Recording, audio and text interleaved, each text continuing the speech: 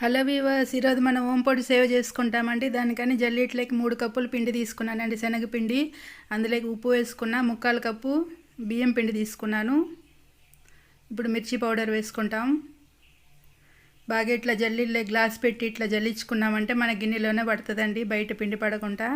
ఇప్పుడు వామ వచ్చేసి ఒక అరగంట ముందే నీళ్ళల్లో సోక్ చేసి పెట్టుకున్న నీళ్ళు మాత్రం వడగట్టుకుంటాము. బాగా పిండి మంచిగా కలుపుకుంటాం నీళ్ళు వేసుకొని.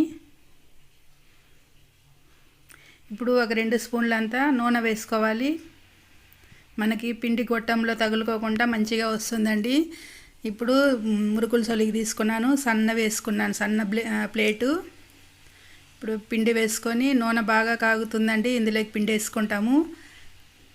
వేడివేడిగా మనకి వంపొడి సేవ రెడీ అయిపోయింది. చాలా ఈజీ స్నాక్ అండి ఇది. చాలా టేస్ట్ అయిన స్నాక్, ఈజీగా ఉంటుంది. మీరు ట్రై చేయండి. Okay viewers, bye.